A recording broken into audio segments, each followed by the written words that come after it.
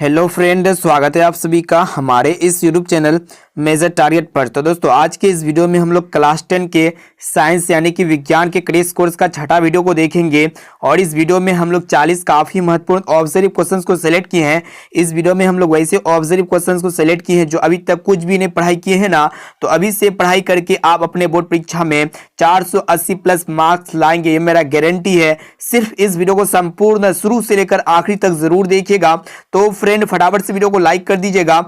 अगर आप हमारे चैनल पर नए आए हैं ना, तो प्लीज चैनल को सब्सक्राइब करके बेल आइकन को प्रेस करके ऑल पर जरूर सेलेक्ट कर लीजिएगा, ताकि फ्यूचर में जब भी कोई लाइव क्लास हो तो आपको हमेशा नोटिफिकेशन मिलता रहे। और दोस्तों ये जो 40 ऑब्जर्व प्रश्न है ना, सभी प्रश्न आपका एनसीईआरटी के न्यू पैटर्न पर आधारित है। तो आइए शुरू करते हैं यहाँ पे आज के पहले नंबर प्रश्न से। देखिएगा क्वेश्चन से रहा है कि विकासशील देशों में कितने करोड़ व्यक्ति दृष्टिहीन है। ऑप्शन ए में आपका दिया 4 करोड़, या फिर 5 करोड़, या फिर 3.5 करोड़, और ऑप्शन डी में आपका दिया 10 करोड़। तो दोस्तों विकासशील देश जैसे कि आपका भारत हो गया, भारत एक प्रकार का क्या है, विकासशील देश है, यानी कि पूरी तरह से विकसित नहीं हुआ है। हम लोग अगर मानेंगे कि भारत देश में कितने करोड़ व्यक्ति दृष्टिहीन है, तो दोस्तों लगभग 10.5 करोड़ दृष्टिहीन है। यहाँ पे हमारा ऑप्शन नंबर सी जो है ना बिल्कुल से उत्तर हो जाएगा, यानी कि 3.5 करोड़ क्या है, दृष्टिहीन है। इसे आप लोग को याद रखना है।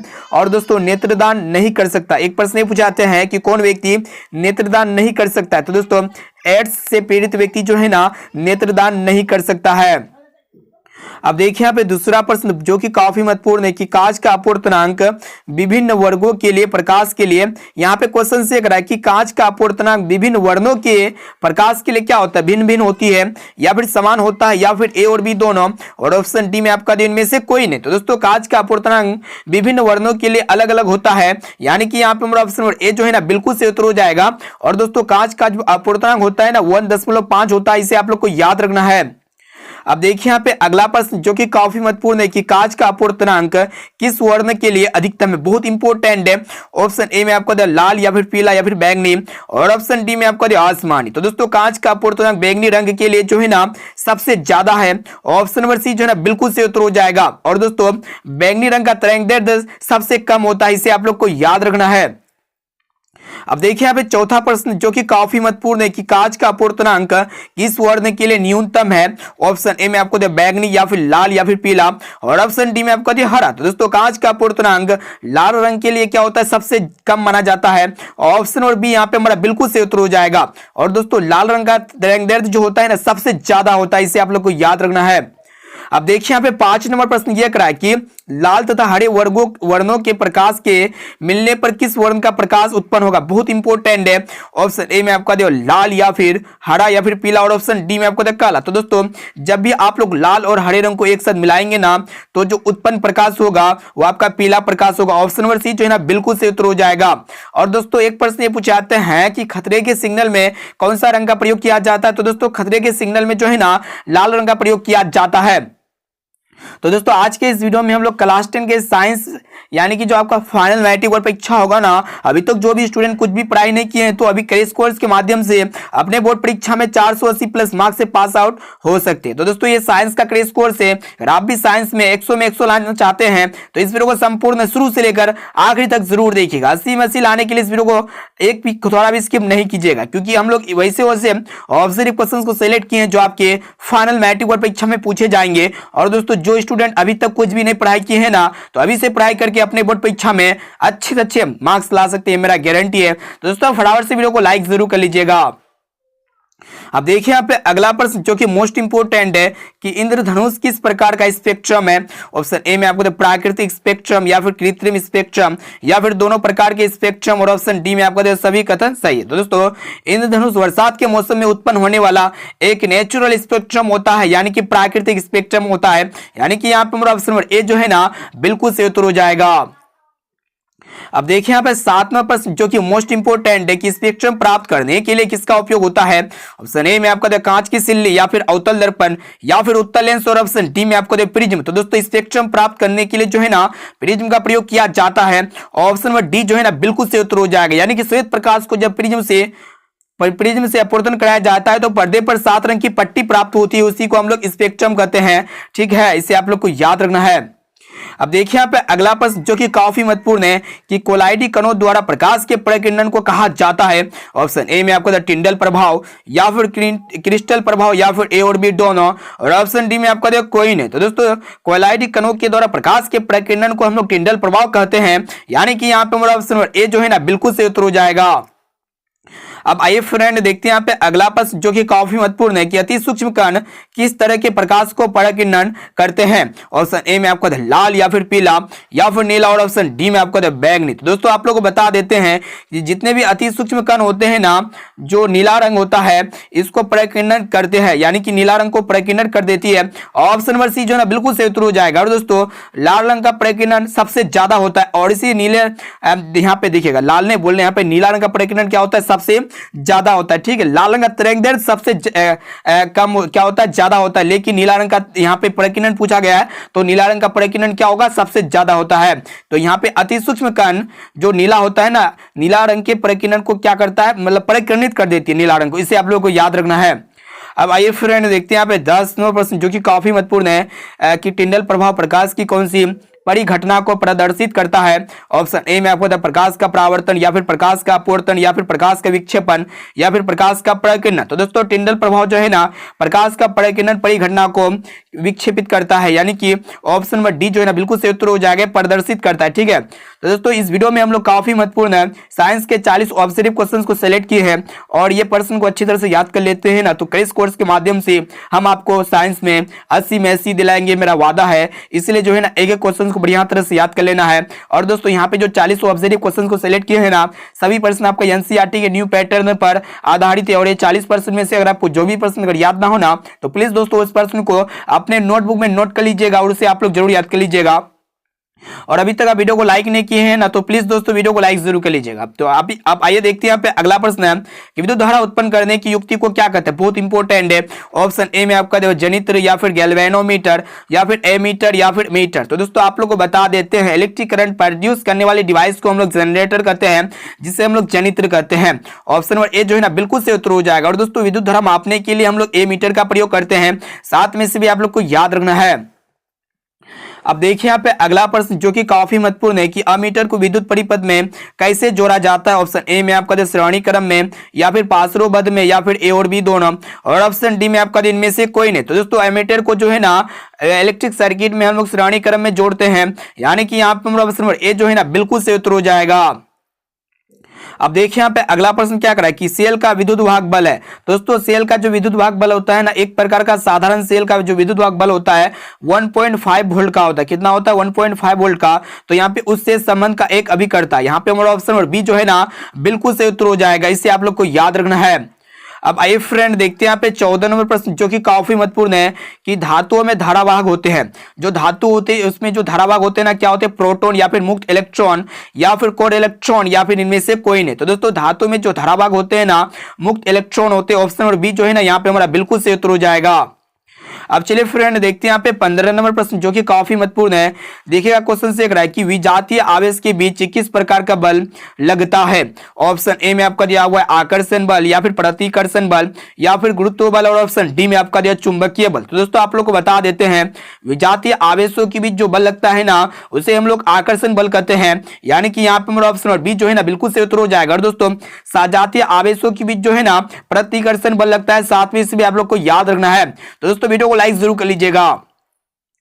अब देखिए यहाँ पे अगला प्रश्न जो कि काफी महत्वपूर्ण है कि किसी स्रोत से सतत धारा उत्पन्न करने की सरल युक्ति है। ऑप्शन ए में आपका वोल्टेज सेल, या फिर सूखा सेल, या फिर संचायक सेल, और ऑप्शन डी में आपका इनमें से कोई नहीं। तो दोस्तों आप लोग को बता देते हैं कि किसी भी स्रोत से सतत धारा उत्पन्न करने वाली जो सरल युक्ति होता है उसको हम लोग वोल्टेज सेल कहते हैं, यानी कि यहाँ पे हमारा ऑप्शन नंबर सी जो है ना बिल्कुल सही उत्तर हो जाएगा। और दोस्तों वोल्टेज सेल जो है ना 12 वोल्ट का डीसी करंट आपूर्ति करते हैं, इसे आप लोग को याद रखना है। अब देखिए यहाँ पे 17 नंबर प्रश्न को देखिएगा क्वेश्चन से करा है कि अमीटर से निम्नलिखित में से किसे मापा जाता है। ऑप्शन ए में आपका दिया धारा को, या फिर आवेश को, या फिर विभव को, और ऑप्शन डी में आपका दिया विद्युत शक्ति को। तो दोस्तों अमीटर से जो है ना विद्युत धारा को मापा जाता है, यहाँ पे हमारा ऑप्शन नंबर ए जो है ना बिल्कुल से उत्तर हो जाएगा। इसे आप लोग को याद रखना है। और दोस्तों विद्युत धारा का SI मात्रक क्या होता है, एम्पियर होता है। और दोस्तों विभव का SI मात्रक क्या होता है, वोल्ट होता है। साथ में इसे भी आप लोग को याद रखना है।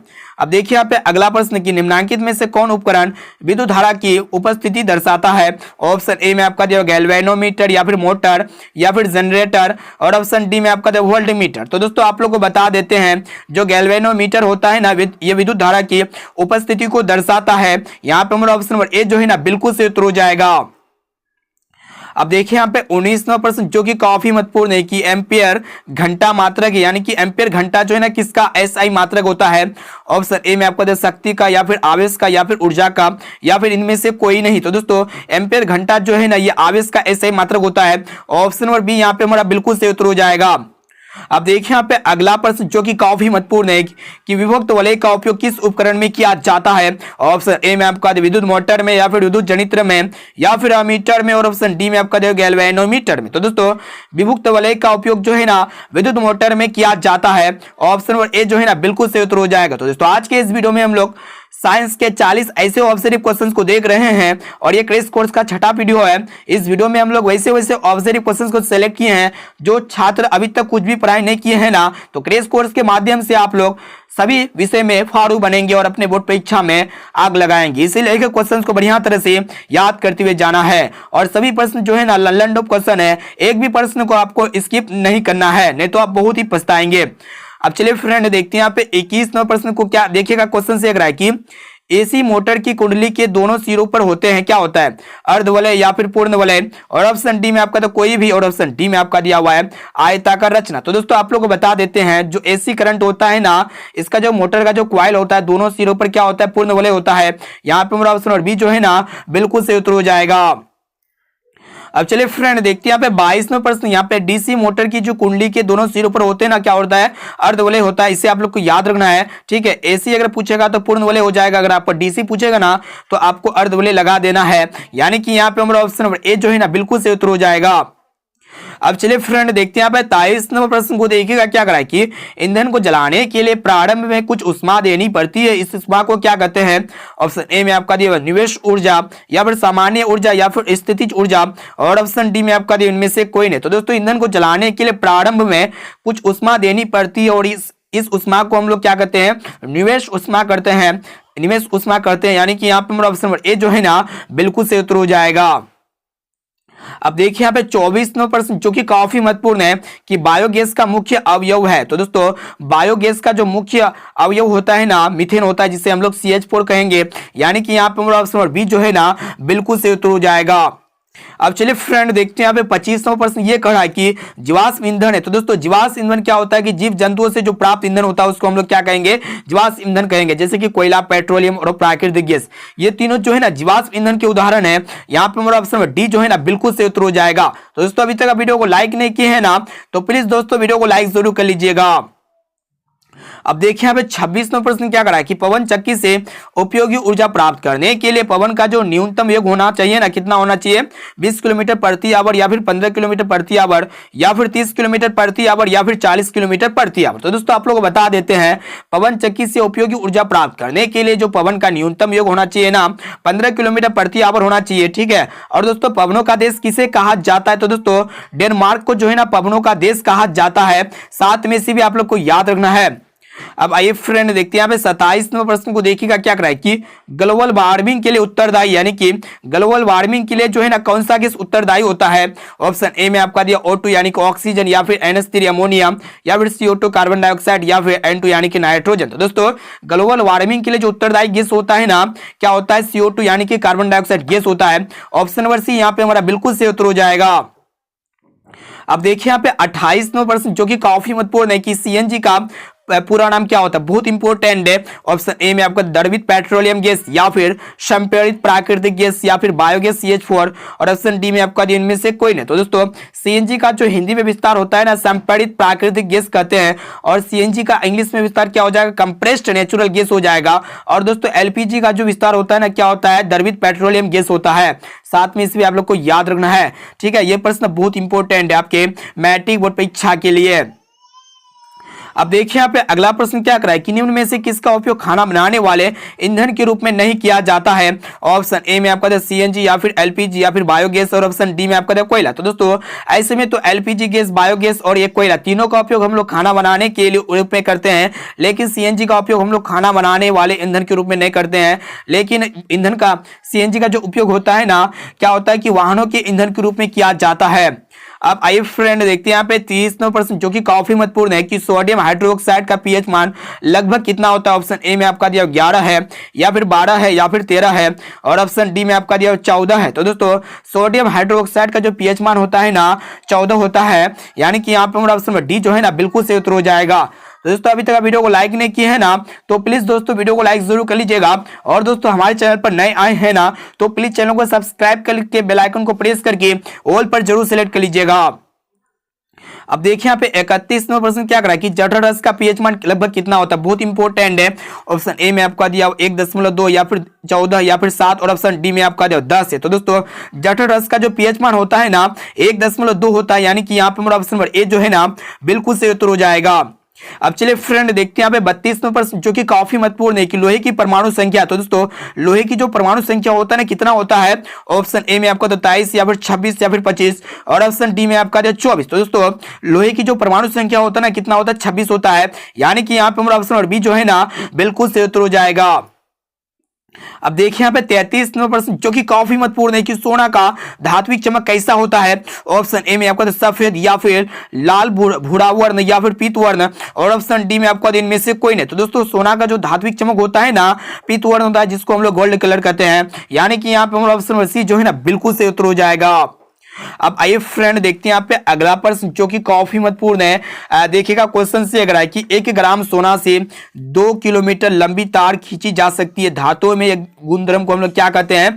ऑप्शन ए में आपका दिया हुआ है आघात वर्धीयता या फिर तन्यता या फिर कठोरता और ऑप्शन डी में आपका इनमें से कोई नहीं। तो दोस्तों आप लोगों को बता देते हैं कि 1 ग्राम सोना से जो है ना 2 किलोमीटर लंबी तार खींचा जा सकता है और इस गुणधर्म को हम लोग क्या कहते हैं, आघात वर्धीयता नहीं बल्कि तन्यता कहते हैं, यानी कि यहाँ पे हमारा ऑप्शन बी जो है ना बिल्कुल से उत्तर हो जाएगा। अब देखिए यहाँ पे 35वां प्रश्न जो कि काफी महत्वपूर्ण है कि निम्नलिखित में से किस धातु को चाकू से आसानी से काटा जा सकता है। ऑप्शन ए में आपका दिया एल्यूमिनियम को या फिर सोडियम को या फिर मैग्नीशियम को या फिर कॉपर को। तो दोस्तों आप लोगों को पता होगा हम लोग जो 3 एलिमेंट ऐसा होता है जिसको हम लोग चाकू से आसानी से काट सकते हैं, जैसे कि सोडियम हो गया, सोडियम होता है, लिथियम होता है और आपका पोटेशियम। ये 3 एलिमेंट को जो है हम लोग चाकू से आसानी से काट सकते हैं, इसे आप लोग को याद रखना है। और दोस्तों सोडियम धातु को जो है ना हम लोग किरोसिन तेल में डुबो कर रखते हैं, क्योंकि ये वायु के संपर्क में आने से क्या होता है कि जल जाता है, ऑटोमेटिकली इसमें आग पकड़ लेता है। तो दोस्तों आज के इस वीडियो में हम लोग क्लास 10 के साइंस के क्रैश कोर्स का 6 यानी कि 6 पार्ट को देख रहे हैं और इस पार्ट में हम लोग ऐसे ऐसे ऑब्जर्व क्वेश्चंस को सिलेक्ट किए हैं जो भी छात्र अभी तक कुछ भी पढ़ाई नहीं किए हैं ना, तो इस वीडियो को देखने के बाद अपने बोर्ड परीक्षा में आप 480 प्लस मार्क्स से पास आउट हो पाएंगे। ठीक है, इसलिए एक क्वेश्चन को बढ़िया तरह से याद कर लीजिएगा। और दोस्तों अभी तक वीडियो को लाइक नहीं किए हैं ना, तो प्लीज दोस्तों वीडियो को लाइक जरूर कर लीजिएगा।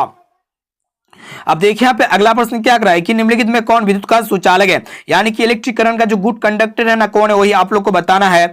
ऑप्शन ए में आपको दे सल्फर या फिर क्लोरीन या फिर आयोडीन और ऑप्शन डी में आपको दे ग्रेफाइट। तो दोस्तों विद्युत का जो सुचालक होता है ना ग्रेफाइट होता है। ऑप्शन नंबर यहाँ पे सी जो है ना बिल्कुल सही उत्तर हो जाएगा। और दोस्तों ग्रेफाइट एक प्रकार का क्या होता है, अधातु होता है, साथ में इसे भी आप लोग को याद रखना, यानी कि अधातु होते हुए भी क्या होता है कि विद्युत का सुचालक होता है, इसे आप लोग को याद रखना है। अब आइए फ्रेंड देखते हैं यहाँ पे 37वां प्रश्न जो कि काफी महत्वपूर्ण है कि प्रकाश संश्लेषी अंक इनमें से कौन है। ऑप्शन ए में आपका स्टोमाटा या फिर पत्ती या फिर हरित लवक और ऑप्शन डी में आपका जड़। तो दोस्तों प्रकाश संश्लेषी अंगक जो है ना क्लोरोफिल यानी कि हरित लवक हो जाएगा। यहाँ पे हमारा ऑप्शन नंबर सी जो है ना बिल्कुल सही उत्तर हो जाएगा। और दोस्तों पत्तियों का जो रंग होता है ना इन्हीं हरित लवक यानी कि क्लोरोफिल के कारण हरा दिखाई देता है, साथ में इसे भी आप लोग को याद रखना है। अब देखिए यहाँ पे 38वां प्रश्न जो कि काफी महत्वपूर्ण है कि प्रकाश संश्लेषण की इकाई क्या है, बहुत इंपॉर्टेंट है। ऑप्शन ए में आपका दिया एटीपी या फिर NADH2 या फिर क्लोरोफिल अणु और ऑप्शन डी में आपका इनमें से कोई नहीं। तो दोस्तों प्रकाश संश्लेषण की जो इकाई किसको कहा जाता है, क्लोरोफिल अणु को कहा जाता है, यानी कि यहाँ पे ऑप्शन सी जो ना बिल्कुल सही उत्तर हो जाएगा। और दोस्तों एटीपी का जो फुल फॉर्म होता है ना एडिनोसाइन ट्राइफॉस्फेट होता है, साथ में इसे भी आप लोग को याद रखना है। अब देखिए यहाँ पे अगला प्रश्न जो कि काफी महत्वपूर्ण है कि जे प्रक्रम के अंतर्गत कौन आता है। ऑप्शन ए में आपको बताया पोषण या फिर शोषण या फिर उत्सर्जन और ऑप्शन डी में आपका इनमें से सभी। तो दोस्तों जे प्रक्रम के अंतर्गत जो है ना पोषण, शोषण और उत्सर्जन ये सभी आते हैं। ऑप्शन नंबर डी जो है ना बिल्कुल सही उत्तर हो जाएगा।